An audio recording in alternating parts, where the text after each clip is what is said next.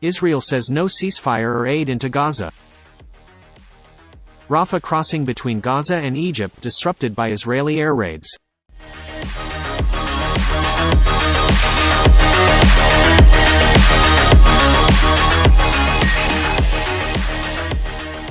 Israel and Hamas challenge reports of a ceasefire in southern Gaza, as Egypt hints at a potential deal.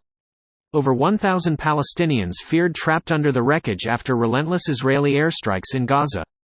UN Humanitarian Office warns that Gaza hospitals are hours away from exhausting their fuel supplies, deepening the crisis.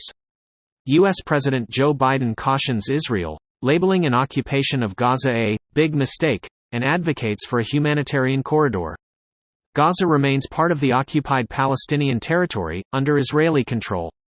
Gaza hospitals on the brink as their last fuel reserves could deplete within the next 24 hours, warns the UN. Israel deploys troops, tanks, and weaponry along the Gaza border, raising concerns of an imminent ground invasion. Gaza's humanitarian crisis escalates amidst the Israel-Hamas conflict, drawing global attention. Rafah border, controlled by Egypt, poised to reopen for aid delivery into conflict-stricken Gaza.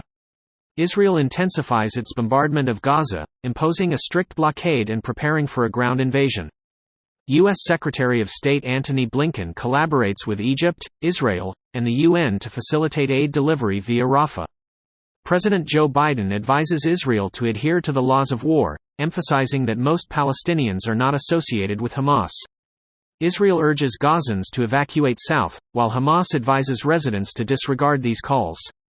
Iran issues a warning of escalation if Israel continues its attacks, asserting its involvement in the conflict.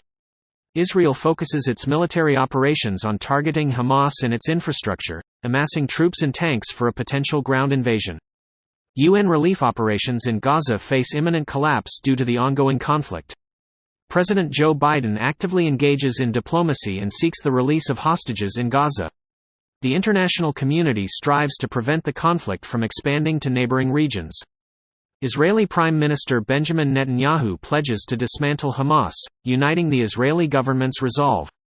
UNRWA Commissioner General Philippe Lazzarini voices grave concerns about the dire humanitarian situation in Gaza.